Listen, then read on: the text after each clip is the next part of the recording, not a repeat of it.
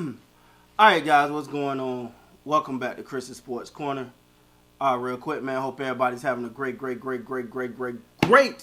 NBA playoff Saturday. Whew. Sorry if the light is a little bright. All of a sudden the sun came out and it just threw everything I set up off. But let's talk about it. I'm gonna just say this, and I don't say this a lot. I really don't, man. I try not to say these type of things. I really don't like Joel Embiid. I'm just gonna be honest about it. Because when you're winning, you're all rah, and you're the best thing since sliced bread. But then when you start losing, the very person that told Nick Nurse, stop bitching about calls, is not crying and bitching about calls. I really don't like that guy. I'm sorry, and I rarely say it, because I try not to, because I want to be honest. He's a beast. The guy's deserving of the MVP. I give him that, but I really don't like that guy, because you don't have to do the extra shit. That's why people be so joyous to watch him lose, because he's never won nothing. Anyway, now, because after the game, it's the end of the game. He got to serenade the crowd and clap at the Raptors winning, like, good job, but whatever. All right, cool, guy. I really don't like that damn guy, man. First of all, Pascal Siakam showed up. See, one part of me like, man, do I owe Pascal Siakam an apology? Hell no, I owe him no apology. He did tonight what he should have did in other games. He's the guy. When you get heaviest the head that wear the crown. When you're the guy, you're expected to perform. When you don't perform, you're going to get criticized. But I need more of this. He can be this. That's the same team he's been playing. Same team. So he can do this. And they're going to need more of it. Going back to Philly, you're gonna have to bring your best shot. You bring your best shot next game. But the Raptors can't think about one game at a time. You got this one, now go get one in Philly. You get that one in Philly, we're in a whole nother conversation. But that's the next step. It's step by step. But what I want to say is, first of all, steady Freddie. Seemed like I think got a hip injury, I read, or something like that. Wasn't able to continue going. That sucked because he's an all-star caliber player. But I do think that allowed him to put some more size on the court. And for a minute, I was a little worried about, like, they had like four forwards on the floor, and I'm like, ugh. But then it started to make a little bit more sense to me, because I'm like, all right, you got four forwards on the floor. Everybody can contest a shot. They can make shots more difficult. I get it. Now, Pascal Siakam with 30. I think he finished with 32 tonight, this afternoon, if I'm not mistaken. I got to give him his props because he showed up. Because we haven't seen this Siakam in the playoff. Maybe this is the start of something, because you're going to need more of that.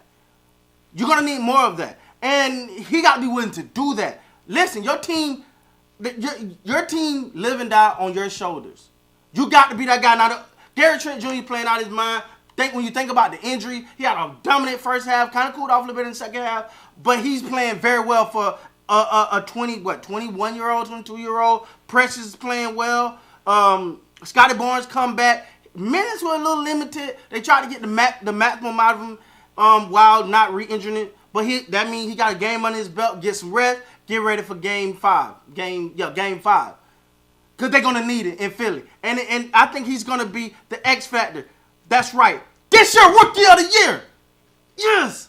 I've been saying that. I wanted that for him. Congratulations, Scotty Barnes. And I'm tired of reading your little dumbass headlines talking about he barely did. Shut up. He got the award, so everybody else falls second. One is a winner. Two, nobody remembers. So, now, when it comes to the Philadelphia 76ers, Joel Embiid, I really don't like the guy. I'm going to be honest, because it's too much extra, dog. It's too much extra. But okay, cool. I'm going to give him his props. I think he had like 20 points. I ain't even got my numbers up. But he had like 20 points or something like that, close to it. Cool. All right, you played him well. Now, he probably going to have more than that the next game. But what you want him to come out and press. In the end, I think he showed the fact that you can frustrate him. You can't frustrate him, because the same person that was crying about calls, telling Raptors stop crying about calls, is now the same person crying about calls, frustrated at refs. Like they say, what goes around comes around, and Embiid came back around to you. Now, in Philly, it's going to be a different story. The Raptors got to get their mind around it. You got one game. The Raptors season come down to one game. Again, one game. They just got to win one game. All in all, though, man, I thought the Raptors came out, played with desperation, played well, and they was led by Siakam. If he's that guy, because I took him out of the category. I'm sorry. I thought I've seen him so far. He played. So far he playoffs. I took him out. I took him out of the category. I said he ain't the guy. He ain't the guy. Now he had a game today. This guy here made me say, I ain't ready to put you back. You gotta go do it again. Now if he has 30 plus points and he balls out and they still lose, that's the type of loss you want. You want your team losing, but with your best player giving it their all. What ticked me off with Pascal is the fact that he wouldn't even shoot the ball. That's what ticked me off. I'm like, dog, at least try. But it's all good. It's all good. The series 3-1 now. You go back to Philly, and I know this team can do it, man. I know they can do it. Maxey gonna be. First of all, Philly gonna be lit. Tobias Harris had a little bit of an injury, probably be good. James Harden, but Joel Embiid. If you can find a way to stop Joel Embiid, and stopping Joel Embiid is saying, 20, 25 points. Yeah, 25 points. That's stopping Embiid because he is that type of talent. I don't like the person. I don't like the antics. I've said this about Embiid my whole career. I don't like the antics. That don't take away from how great he is as a player. But the antics, all the extra, I really don't like it. So, but that's your game plan. Keep him around 20-25 and let everybody else beat you. If you can do that, you good. Because today, for one, they learned something. You can rush his process.